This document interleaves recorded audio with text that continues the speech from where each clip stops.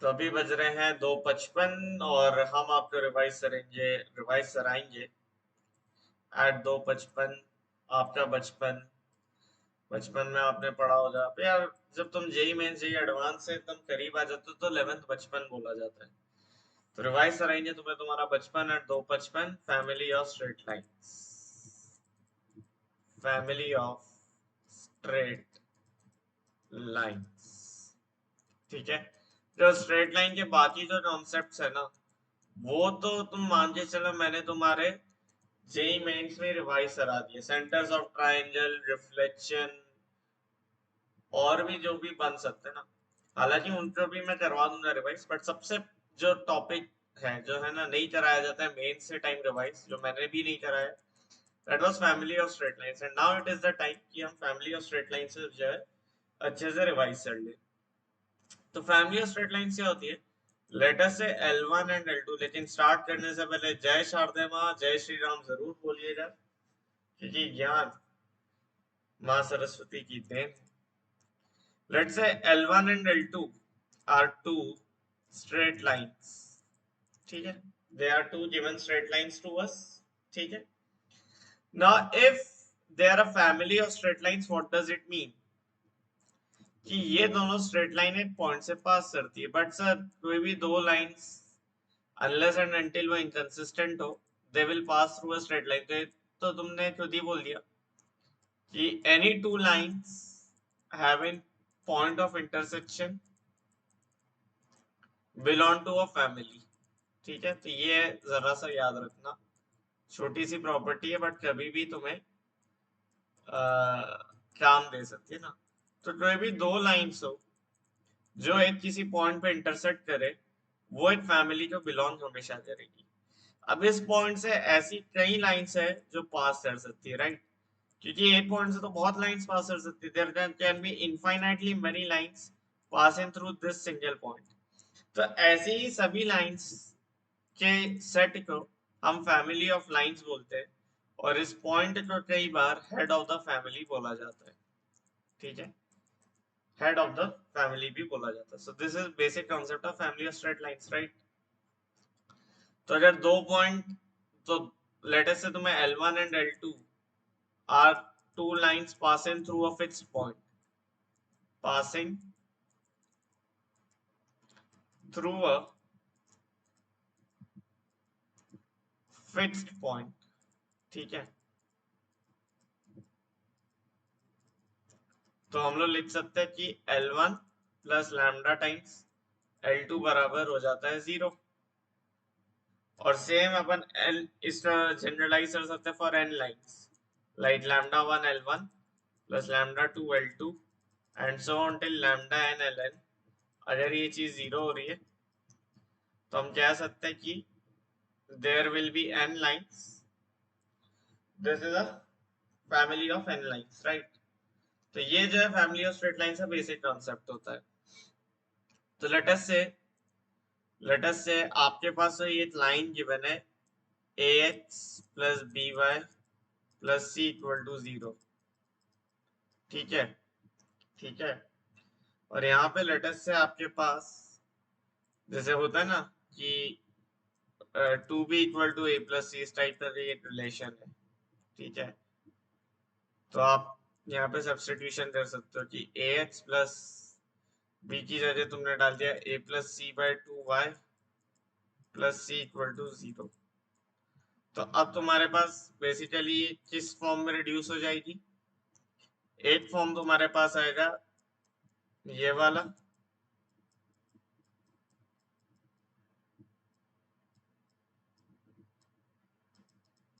ठीक है। तो तुम ध्यान से देखो, तो ये एक स्ट्रेट लाइन है L1, ये एक स्ट्रेट लाइन है L2, और ये रिप्रेजेंट क्या कर रहा है? ये कर रहा है तुम्हारा lambda 1 L1 plus lambda 2 L2 equal to 0। और इन दोनों को 0 कर दूंगा, है ना? तो जब L1 इक्वल टू 0 और L2 इक्वल टू 0 करेंगे तो मुझे क्या मिल जाएगा? पासिंग पॉइंट मिल जाएगा, पासिंग पॉइंट मिल जाएगा। ठीक है, पासिंग पॉइंट मिल जाएगा। इसी तरह एक प्रॉपर्टी बनती है कि अगर सम of algebraic distances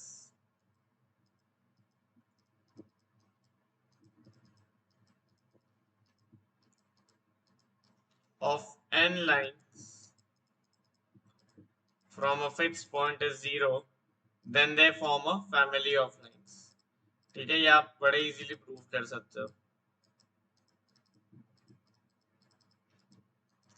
They form family of lines.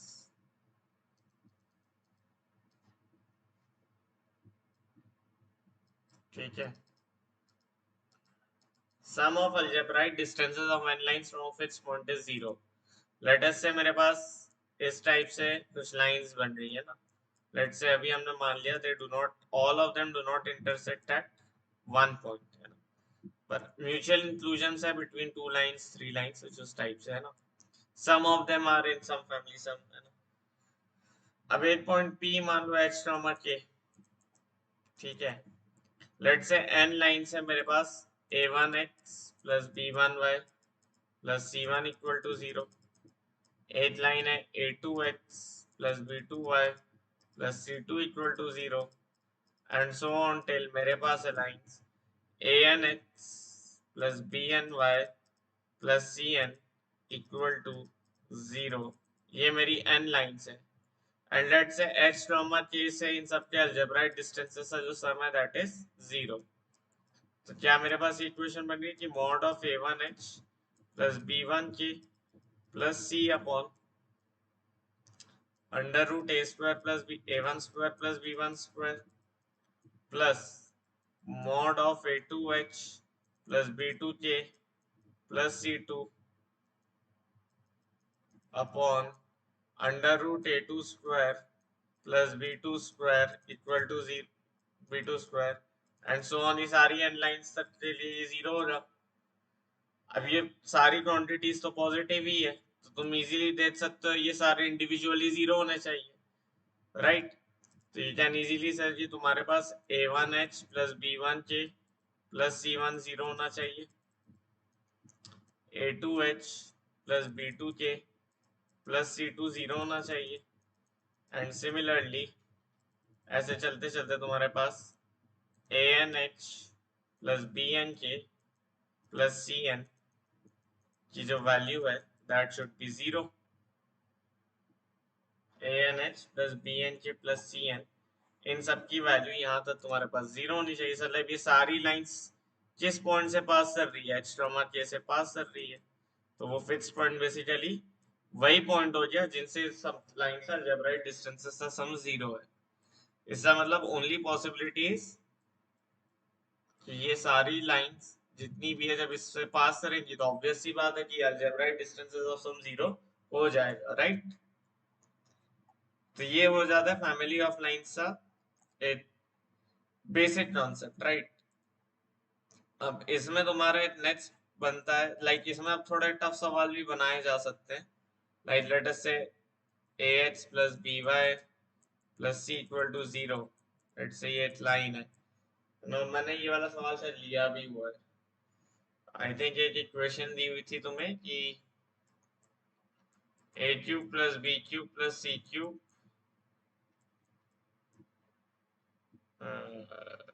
अब मुझे यार इक्वेशन तो याद नहीं आ रही क्या थी.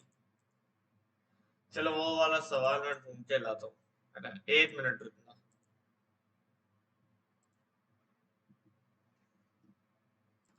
मुझे वो क्वेश्चन मिल गया बट वो इस टॉपिक का नहीं है, वो नेक्स्ट टॉपिक है ना. क्वेश्चन ये कि अगर x cube plus y cube plus 3xy equal to 1 अगर एक इक्विलैटरल ट्रायंगल की एक वर्टाइस और दो साइड से रिप्रेजेंट करता है तो उस टाइप का कुछ सवाल है, उसको अपन चलो डिस्कस करते हैं. तो ये हो गया basic concept of family of straight lines, right, जो बड़ा इजी सा रहता है. इसमें हम अपन एक नेक्स्ट कॉन्सेप्ट पे आते हैं दैट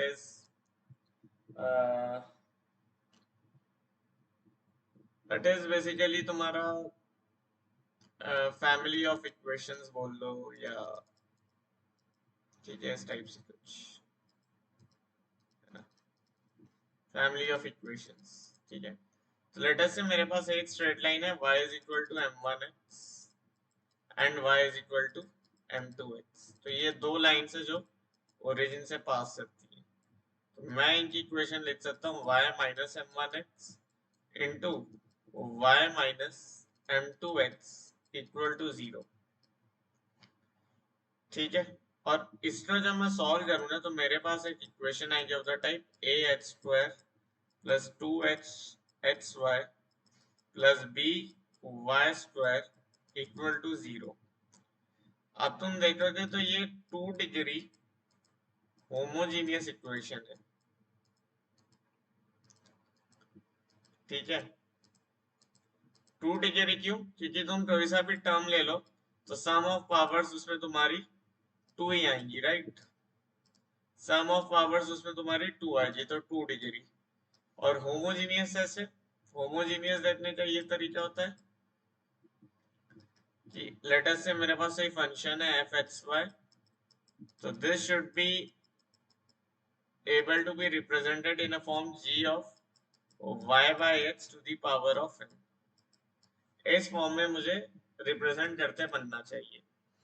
तो अगर मैं इसे y से डिवाइड कर दूं ना, A X square plus 2h(xy) plus by square को सॉरी h स्क्वायर से डिवाइड करूं या h स्क्वायर कॉमन ले लूं और यहाँ पे h to the power m होना चाहिए, राइट? तो ये बन सकता है g ऑफ, ये लाइक h स्क्वायर कॉमन लिया तो ये बन जाएगा a plus 2h, sorry, this should be like h to the power m into g of y by h to the power of m। तो अगर इस फॉर्म में रिप्रेजेंटेबल है देन वी से it is a homogeneous representation. तो इसी का हम लोग लिख सकते हैं h square into a plus 2h y by x plus b times y by x का होल स्क्वायर। और तुम देख सकते हो कि ये h स्क्वायर हो गया और ये function of y by x हो गया, तो इसलिए होमोजेनियस हो गया। बेसिकली होमोजेनियस और इजी टर्म्स में समझना है तो सारी terms have same degree, all terms have same degree. ठीक है, ये इसकी बेसिक इजी डेफिनेशन होती है। ठीक है, सारे टर्म्स ही सेम डिग्री होनी चाहिए। तो ये वाले जब कंडीशन बनती है ना कि बोथ लाइंस बेसिकली ओरिजिन से पास कर रही हो या बोथ लाइंस एक फिक्स्ड पॉइंट से पास कर रही हो, चलो वो चीज बाद में देते हैं ना, both lines passing through some different fixed points, तो नॉन होमोजेनियस बनेगी। बट जब वो ओरिजिन से पास करती है तो बेसिकली हमारे पास एक 2 डिग्री होमोजेनियस इक्वेशन आती है। ठीक है, जिससे बारे में हम कुछ ऐसी बातें बोल सकते हैं। अब इसका एनालिसिस काफी इंपॉर्टेंट हो जाता है, इसका एनालिसिस करना बड़ा इंपॉर्टेंट हो जाता है। और मैंने देखा है जो बच्चे एनालिसिस नहीं समझते ना उन्हीं का ये टॉपिक जो है तकलीफ देता है, वरना तो ये बड़ा इजी टॉपिक होता है ना। मुझे टेलीग्राम पे रिक्वेस्ट आई थी बच्चों की इस टॉपिक के लिए, तो थोड़ा सा इसमें फंडामेंटल्स आपके वीक हो ना तो ही ये टॉपिक आपको ट्रबल करता है। ठीक है, इसमें क्वाड्रेटिक इक्वेशंस और इनके भारी भरकम कॉन्सेप्ट यूज होते हैं ना। लेट से मैंने ए से डिवाइड किया तो अब आप देख सकते हो कि ये आपके पास कुछ ऐसी इक्वेशन आएगी।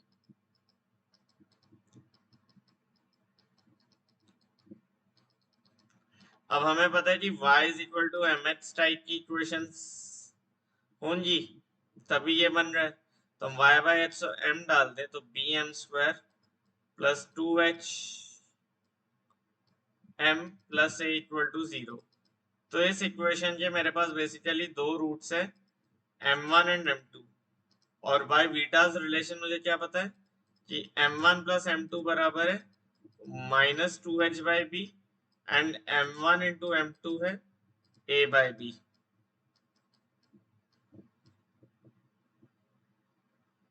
ठीक है, ये बड़ा इंपॉर्टेंट हो जाता है। अब हम इसमें कुछ बातें कर सकते हैं, लाइक इन दोनों ऐसी दो लाइंस जो ओरिजिन से पास करती हुई इनके पीछे एंगल की अगर बात करनी है, राइट, ऐसी दो लाइन से पीछे एंगल की बात करनी है तो हम बोल सकते हैं कि दो लाइन से पीछे एंगल क्या होता है, tan theta, that is given by mod of m1 minus m2 upon 1 plus m1 m2।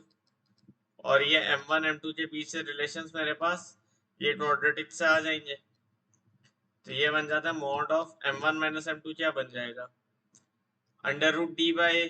तो इस इक्वेशन का डिस्क्रिमिनेंट क्या है, मतलब मैं तुम्हें फॉर्मूला वैसे भी याद रखना वो तो नहीं मानता हूँ कि तुम्हें ये याद होने चाहिए, अपन one one plus m1 m2 ना, तो m1 m2 a by B है, और ये बन जाएगा सिंप्लीफिकेशन के बाद। ठीक है, ये फॉर्मूले तुम्हें याद नहीं होने चाहिए, उस याद करके तुम्हें कोई फायदा नहीं होगा, बस तुम्हें ये पता होना चाहिए कि ये 2 डिग्री की जनरल इक्वेशन है। ठीक है, ये जनरल इक्वेशन नहीं, मतलब ये तो पासिंग थ्रू ओरिजिन है, राइट। तो अब एक तुमने देखी होगी जनरल इक्वेशन की बात करते हैं, जब हम a h square plus 2h(x)y plus b y square plus 2g(x) plus 2fy plus, तो ये तो देखो तुम्हारी कोई भी टोनिक रिप्रेजेंट कर सकती है। ठीक है, ये तुम्हारे 2D प्लेन में कोई सी भी टोनिक रिप्रेजेंट कर सकती है। ये स्ट्रेट लाइन ही रिप्रेजेंट करे, उसी कंडीशन होती है कि डेल्टा 0 हो जाए, और डेल्टा क्या होता है, A B C plus 2fgh minus A F square minus B G square minus C H equal to 0। ठीक है, this is basically the equation of या condition of this family representing this equation representing family of straight lines.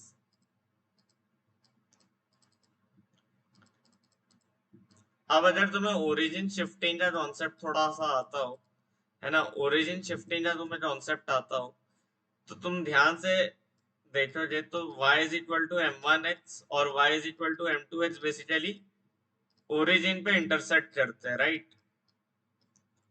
तो अगर मैं origin को origin को मैं कुछ शिफ्ट कर दूं, ठीक है, at some point let us say ये ओरिजिन की नाउ लोकेशन है जिसे हम x, y, ठीक है,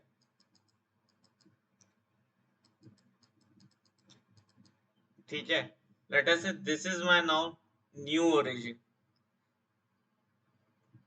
ठीक है, मैंने x, y से ओरिजिन शिफ्ट कर दिया, तो बेसिकली ये जो जनरल इक्वेशन अगर फैमिली और स्ट्रेट लाइन से रिप्रेजेंट करती है, तो ये बेसिकली तुम्हारी ओरिजिनल स्ट्रेट लाइन से ही एक शिफ्टेड फॉर्म रिप्रेजेंट करती है।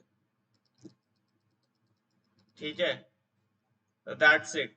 तो ये सारा सा कॉन्सेप्ट याद रखना। अब इसका फायदा क्या होता है, यही चीज मैं यूज कर सकता हूँ अगर मान लो मुझे जनरल इक्वेशन के लिए angle between two straight lines निकालना है ना, जनरल इक्वेशन के लिए अगर मुझे angle between two straight lines निकालना है, तो मैं अगेन ये का यही सेम फॉर्मूला लगा सकता हूँ, क्योंकि एंगल तो सिर्फ पॉइंट ऑफ इंटरसेक्शन पे डिपेंड करता है।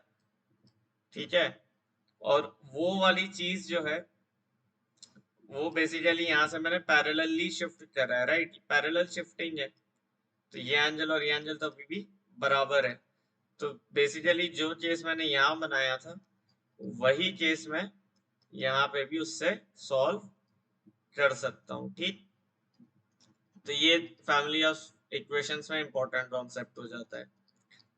अच्छा, अब इसमें डेल्टा वाला कॉन्सेप्ट हो गया, अब आता है जरा सा एक कॉन्सेप्ट कि पॉइंट ऑफ इंटरसेक्शन बताओ of lines for a given family of equation. ठीक है, फॉर गिवन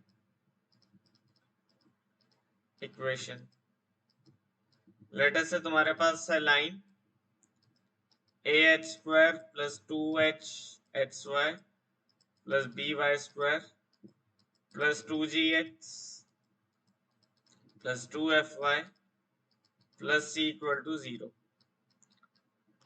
अब अगर मुझे ये सॉल्व करना है तो मैं कुछ नहीं करता हूँ, लेट अस से this is f of x, y, है ना, f of x, y मेरा ये शो करता है a h square plus 2h(xy) plus b y square plus 2g(x) plus 2fy plus c। तो मैं एक तो del F by del h को 0 कर देता हूँ, और del F by del y को 0 कर देता हूँ और इन दोनों इक्वेशंस को सॉल्व कर देता हूँ, तो मेरे पास पॉइंट ऑफ इंटरसेक्शन आ जाता है। ठीक है, पॉइंट ऑफ इंटरसेक्शन आ जाता है।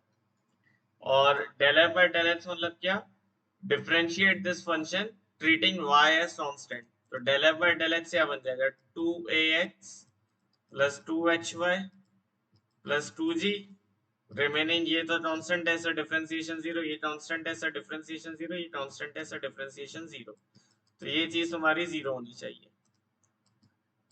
सिमिलरली एक और इक्वेशन आ जाएगी, वो आएगी del F by del y 0 करते। Del F by del y 0 करोगे तो ये 0 हो जाएगा, ये 0 हो जाएगा, ये 0 हो जाएगा, रिमेनिंग तुम्हारे पास आएगा 2by plus 2hx plus 2f equal to 0। और इन दोनों इक्वेशन को सॉल्व करके जो तुम्हारा x नॉट y नॉट आएगा, वो तुम्हारा point of intersection of straight lines बन जाता है। तो फैमिली ऑफ स्ट्रेट लाइंस में थ्योरी इतनी ही होती है। ठीक है, तो मैंने ये जल्दी जल्दी थ्योरी करा दी, अब क्योंकि मैंने मिड सेम चल रहे तो मैं यार सवाल अभी प्रिपेयर नहीं कर पाया, बट कल के कल है ना, कल में मैं ट्राई करता हूँ, प्रॉमिस नहीं कर रहा हूँ, कल में मैं ट्राई करता हूँ कि फैमिली ऑफ स्ट्रेट लाइंस पे और थोड़े क्वेश्चन सब ले आऊँ, अच्छे अच्छे क्वेश्चन जो होते हैं ना। अच्छा, फैमिली ऑफ स्ट्रेट लाइन, अरे मोस्ट इंपॉर्टेंट पार्ट तो रह ही गया, होमोजेनाइजेशन। और ये होमोजेनाइजेशन इतनी बढ़िया टेक्निक है ना, ये सिर्फ फैमिली ऑफ स्ट्रेट लाइंस में नहीं, बहुत जगह काम देती है। आरएमओ में एक सवाल भी था जो होमोजेनाइजेशन से सॉल्व होता है, होमोजेनाइजेशन। अच्छा, व्हाट इज होमोजेनाइजेशन? देखो, अब तक हमने बात की थी कि हमारे पास लेटेस्ट से कोई एक कर्व है ना, अब हम लोग एक जनरल कर्व की बात करेंगे कि लेटेस्ट से डेल्टा इज नॉट 0। तो ये बेसिकली हमारे पास क्या रिप्रेजेंट करता है, ये बेसिकली ये रिप्रेजेंट करता है कि हमारे पास एक जनरल कर्व है जो सम पॉइंट से पास कर रहा होगा इस टाइप से, लेट्स से ये यानी जनरल कर्व है। I know this look some hyperbolic, but यार मेरी तो ड्राइंग स्किल्स बहुत बेकार है। ठीक है, अच्छा, और लेट्स से ऐसी कोई लाइन है जो एक रॉड है। ठीक है, लेट्स से एक रॉड है इस कर्व की। ठीक है, तो उस रॉड की equation let's say px plus qy plus r equal to 0 से गिवन है। ठीक है, अब मुझे ये फाइंड करना है कि ओरिजिन पे ये क्या एंगल सबटेंड करेगी, ये रॉड। ठीक है, तो जब भी ये ओरिजिन वाली या एंगल वाली चीजें आती है ना, होमोजेनाइजेशन कर दो, क्योंकि हमेशा होमोजीनियस से डील करना आसान होता है। अब आप देखो, ये पार्ट तो होमोजीनियस ही है, ये वाला पार्ट ना, दिस पार्ट इज होमोजीनियस।